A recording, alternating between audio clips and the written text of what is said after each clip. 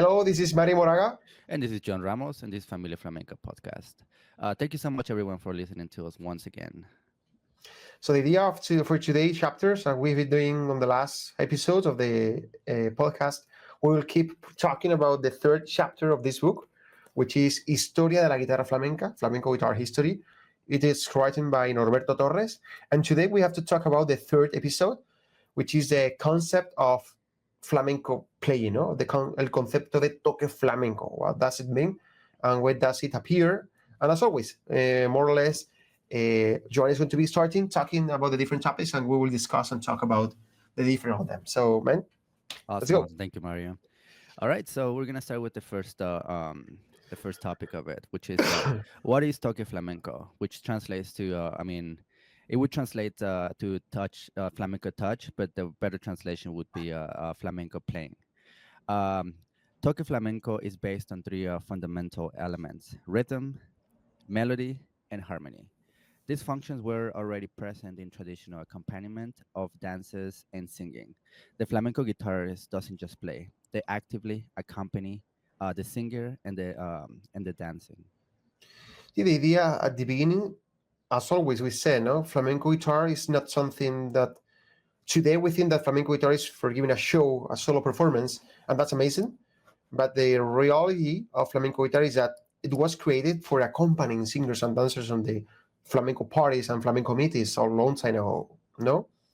So rhythm and strumming is the roots of flamenco guitar at the end, okay? Techniques, it's going to be something that we will see along this process of working and go through this book, but techniques and the sound and the melody, it's going to be something that, thanks to the classical stuff, we will work on that. But at the beginning, if you see like really old recordings, strumming, rasgueado, thumb, and always playing down techniques, which helps the guitarists of the moment to accompany in the best way the people on really big meetings like parties, juergas, or flamenco meetings. Okay.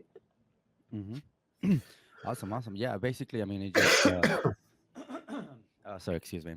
Yeah, originally flamenco guitar was just developed to to accompany instead of being a solo instrument, which takes us to the next point: rhythm, which is the soul of flamenco music. Flamenco rhythm is organized into characteristic compasses, and the guitarist must maintain it, respond to the singer or dancer, and harmonize at the same time. Here is a we already talked about this word before, compass. Compass means, if we want to translate exactly, maybe it means rhythm, but it has an extra meaning that we cannot express with a specific word, no? To yo tengo compás, yo no tengo compás, I have compás or I don't have compás, means if I have nice rhythm skills, okay? And rhythm, guys, is the roots of flamenco. So you can work on techniques, you can work on repertoire, you can work on a lot of different things when you want to play guitar, but if you have not nice rhythmical skills, you are not playing flamenco. And that's true, okay? Flamenco chords, we almost don't have flamenco chords. We have a lot of influence from blues and jazz guitar, okay? After Paco de Lucía started practicing with Ali Meola, Jacob McAuliffe, and all these guys. The real thing that you have to understand in flamenco is your rhythm. Not because of, I always say the 80-20 rule. Listen the 80% of the time and play the 20% of the time. Why? Because I need yourself to understand how the rhythm works. If you try to learn something to play and you are not understanding how it works about the rhythm, you really don't play in anything because you don't understand what is happening around the solo piece that you are learning. You need to imagine yourself in a concert. When you are in a concert, you are jumping with the rhythm, no? Boom, pam, pam, boom, pam, puro, pam, pam, whatever, no? Imagine yourself on a last concert that you attend and you were jumping or dancing on the rhythm. That's the same thing. If you're going along the street, listening music, listening flamenco, and you're not able to walk at the rhythm that the music is giving to you, maybe something's happening. It's going to be so difficult for you to understand what you are playing or to understand what that it means, no? So for me, that is a really easy activity. Go on the street, put your headphones, and try to work on the rhythm of the music. If you are able to make it happen, you are closer to be able to play flamenco guitar. But if you're walking around and you are not able to jump with your walking steps into the original rhythm of the music that you are listening, it's not working. Correct. Okay. I mean, the compas is one of the main elements of flamenco music. There is no flamenco without it. Um, which we'll go with the next point, which is the flamenco sound, techniques and resources. Flamenco guitar relies on specific techniques, as we already talked before, such as rasgueado, using the fingers, golpe, which is a percussive tap on the guitar, picado, which usually play like very fast scales for the most part. We got the four-note tremolos, which in classical music use is three, and in flamenco we add another note into it, and then we got the open strings. Open strings is a really important thing. For example, if you work on sabicas stuff or like really old school maestros stuff, you will see that they will use a lot of different details with the open strings. For example,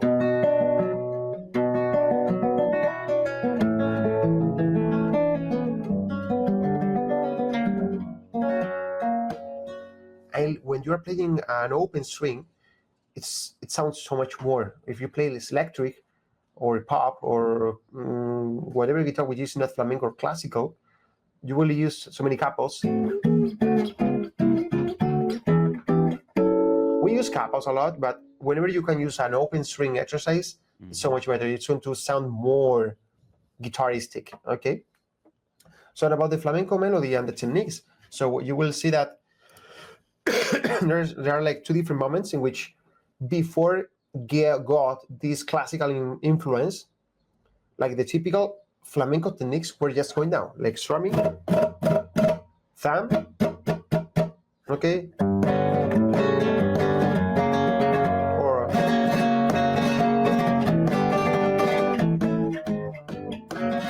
like really traditional and folk Spanish music.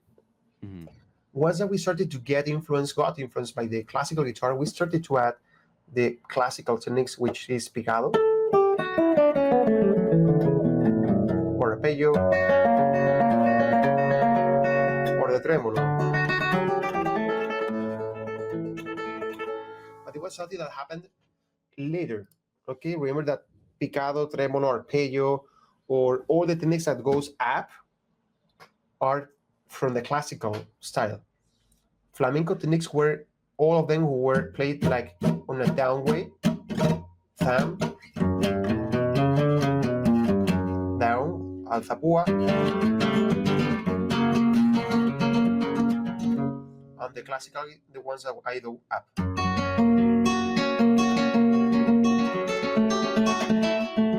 Arpeggio, tremolo, and picado. Okay. So we have to find the difference between those two types of techniques. The ones that we play on a down way, which is flamenco techniques, and the ones that we play on an up way, which are techniques that we got and stole from the classical style and guitar. And then we'll go back to the compass, with the compass again with the next point, the central value of compass. And then, as we were talking about classical music, in flamenco, rhythm takes priority over harmony and melody, unlike in classical guitar. So the thing is that, as we told before, the rhythm is the main thing. So sometimes we can make so many mistakes on the music or any mistakes on the melody or whatever, but if I close and finish something correctly on rhythm, it doesn't matter if I do a mistake with the chords. We have to try to don't make mistakes for sure. Okay, but sometimes we will see like masters of the flamenco guitar today that maybe are not giving the right note, or maybe they are not giving the right chord on the right moment. Sorry, they are doing the wrong note or chord on the right moment. So always the right moment is the most important thing. And I've never been on any recording session of them, but there are so many people like Moraito Chico or like really Jerez, for example, style, because I have so many friends here that talked to me about experiences that they had with themselves. And when you are recording in the studio, maybe you do 3 times the same thing, and finally you decide which one you will use on the CD. Sometimes they have tracks which are not maybe as much clean as they want, but they like the feeling, Mm-hmm. they like the rhythm. So they will leave the one which is not maybe clean, but it's curly and strong on the rhythm pattern. Always the rhythm is the main thing, and the rhythm is always on the top of the pyramid. Whatever happens down, it's important, but always the rhythm is the boss, and decide which track are we going to finally decide to use. Yeah, and then there's an interview that I watched of Paco de Lucía. He was just saying that uh that even if you make a mistake on a note, you gotta play it on rhythm though, because if you because sometimes like a lot of musicians like take a break and then play the next note.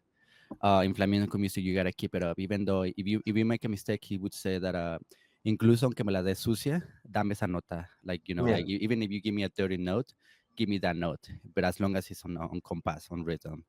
yeah. Great. All right, so we go with the next point. All right, we got the local repertoires, and rhythmic families. So we got three rhythmic families, which we got the compound meter, which it includes as an example Soleá, Seguiriyas. We got the ternary meters, which is in threes, fandangos, verdiales, and we got the binary meter, which are less common. Yes, so here also, if you look for the website flamencopolis.com, you will find like 4 groups, which is so close to the one that you share here. So free four measures, which is fandango, the main style inside. Then the 4 measure, which is the binary, which are tangos. Okay. Then the Soleá group, which is a 12-beat, and also a Seguirilla beat, with the Seguirilla group, which is also a 12-beat measure. But between Soleá, which includes Soleá, Alegrías, Bulería, Bulerías por Soleá, and the Seguirilla, which includes Seguirilla, Serrana, Guajira. Guajira is maybe between both of them.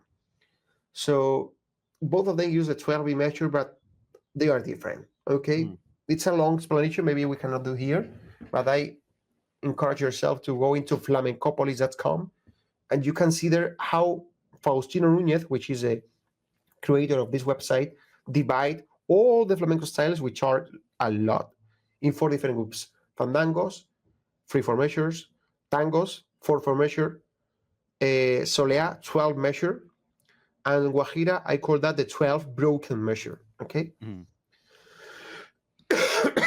Yeah, that's one thing I realized about flamenco too. They have a very irregular accentuation versus like Western music. And then we go with the next point, flamenco melody. Flamencoguitar avoids large melodic leaps and prefers stepwise motion. Like neighboring notes, like the notes next to each other, reflecting the influence of singing. Yeah, at the end, we started to work on the melody skills once that we need to do breaks for the singers and dancers. So melody in flamenco means falseta. What is a falseta? Falseta, Falsetas, falseta, means it's a small melody section for around 20-30 seconds that we use as a guitarist to leave a break for the singers and the dancers. So at the beginning, it was just strumming, but with the time, once that we include these more technical skills from the classical guitar, we started to make them more difficult, and include more the melody on those situations and moments, But as always, melody and techniques are on a second step. The main thing, rhythm and expression. So if we do something in the melody that is not around the feeling of the environment, man, stop playing melody. Keep doing the rhythm and keep working on the rhythm feeling of the stage, of the show, or of the performance. Okay? Yeah, so like basically what I'm understanding right is that the singer usually keeps the melody, and then once you want to give him a break, you play a falseta to kind of create another melody, and then you go back to the rhythm, right? Once the singer goes back into singing, right? Yeah, that's it. Okay, sweet. Okay, we go with the next point. Now we're gonna be talking about. We talked about flamenco. Hold on. We talked about flamenco melody. Now we're talking about flamenco harmony. The colors and the toques, los colores y los toques. Flamenco harmony is based on on the descending tetrachord A, G, F, E, giving rise to different modalities or toques depending on the reference notes. Yeah, so about the different keys or chord sequences that we have in flamenco, like the main one, the first one that we had was before we had 6 strings guitars, we had 5 strings. So we used to play around A. B, C, B flat, A flamenco. But we can say like the main Spanish and Andalusian way is a E flamenco key. A minor, G major, F major, and E flamenco. Okay, everything's around here.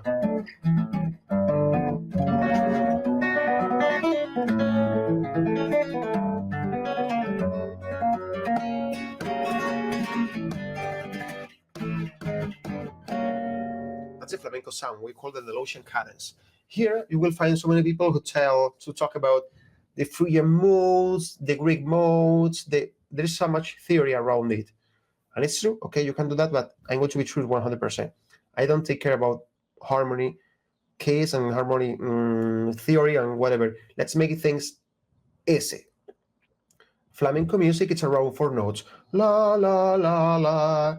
And with the time, once that we started to learn more theory and notes and chord progressions, we created all those keys that you told before, which is por arriba, which is E flamenco, A minor, G, F, E flamenco. We also have A flamenco por medio key, E, C, B flat, A flamenco, always 4 chords. And then we started to create more keys. Depends on means one side of the singer tones, but also we identify the keys and we mix and we paste the keys with the different styles. For example, B flamenco, which is a B major chord with a flat 9. Okay, the chord sequence is going to be A minor, D major, C major, B flamenco. That's Granaina key. All Granaina solo pieces are also accompanying singers, whatever, or every Granaina repertoire will be around B minor.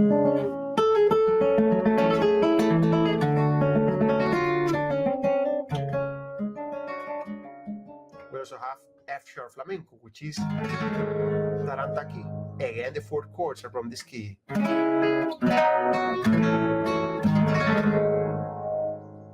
Then we'll also have, for example, C sharp flamenco. F sharp, E major, D major, C sharp flamenco, and G sharp flamenco.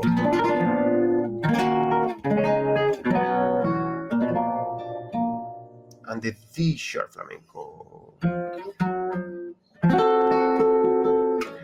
G sharp minor, F sharp major, E major, and D sharp flamenco. Those are when people say, "Hey Mario, I want to learn the flamenco chords." I only have 7 flamenco chords. The 7 that I just told to you. E flamenco, A flamenco, F sharp flamenco, B flamenco, G sharp flamenco, C sharp flamenco, and D sharp flamenco. There is only just 7 flamenco chords. The other chords that you learn are jazz and blues chords. That's it. Okay, that we can give different inversions and different changes to make them sound more flamenco. Man, any chord that you play that you feel that it sounds flamenco, it was played by any blues or jazz guitarist before yourself. All of them. And I'm sure 99.9%. Okay, the only 7 chords that we can say that are flamenco chords are the 7 ones that I've just played. The 7 flamenco keys. Okay. And you can, for example, B flamenco is for Granaina style, F sharp flamenco is for Taranta style, G sharp flamenco is for Minera style, C sharp flamenco is for Rondeña style. Okay. Also, we can, not all of them, but some of those keys are have a relationship with some styles. For example, B flamenco, always granadina. F sharp flamenco, always taranta style. G sharp flamenco, always forminera. Today, I can compose a fandango, which is used to be on E flamenco, or G sharp. I can do that, but that's something modern. If we are talking about the history and the roots, usually the keys are into and relation has so much relationship with different styles. Mm-hmm. So yeah, that's basically the roots of flamenco right there. All right, we'll go with the next with the next point. Flamenco and dissonance. The flamenco guitar doesn't seek clean or perfect harmony, as we talked about. They use dissonance, open strings, and uncomfortable hand positions to add color and tension. You know, it's true and not. For example, in this case, maybe I not agree with 100% because with the time, also depends of the concept of each guitarist, no, for sure. But it's true the dissonances. For example, F sharp flamenco chord, it's a F sharp chord on the free basses, but it's a E minor chord on the free triplets. If I just play the free strings, that's an E minor chord. So if I have, I'm mixing an E minor chord and an F sharp chord by playing all the 6 strings. So it's not the same thing, this, than this. Okay, or the same thing here.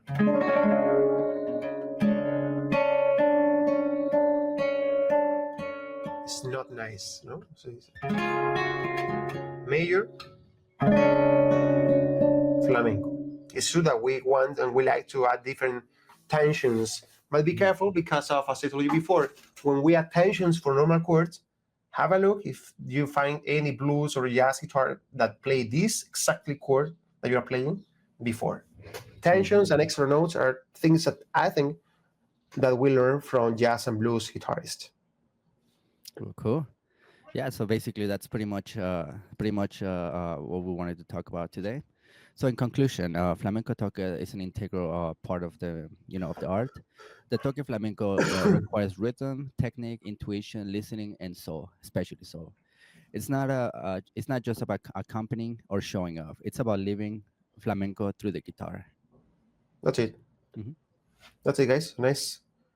So let's see which is the next episode. Mm-hmm. Just to let people know what's going to be the next one. Nice. The next one will be organologia. It means how to create guitars and how the way of the guitar, how the form that we have today, how it changes along the times. Okay. Yeah, it's gonna be an interesting topic. I didn't read the chapters, but I think that we will be talking about Antonio de Torres and different guitar luthiers that make and created the guitar that we know today. Okay. Yeah, I have a few things to say though, but I'll probably save it for that episode about the guitars. But Yeah, I like absolutely. Yeah, well, that was pretty much it today, and yeah, thank you so much for tuning in with us. We have some more information about the book once again on the in the comments, and yeah, so I'm John Ramos. And this is Mario Moraga. And remember, guys, here we are. So we will be doing the next video next week. And also, if you click on the screen below, you will see something around here. We'll have the playlist in which we are saving all the different episodes in case that you want to listen some of them. Sweet. Alrighty, guys. Well, thank you so much for tuning in with us. Ciao. Bye-bye.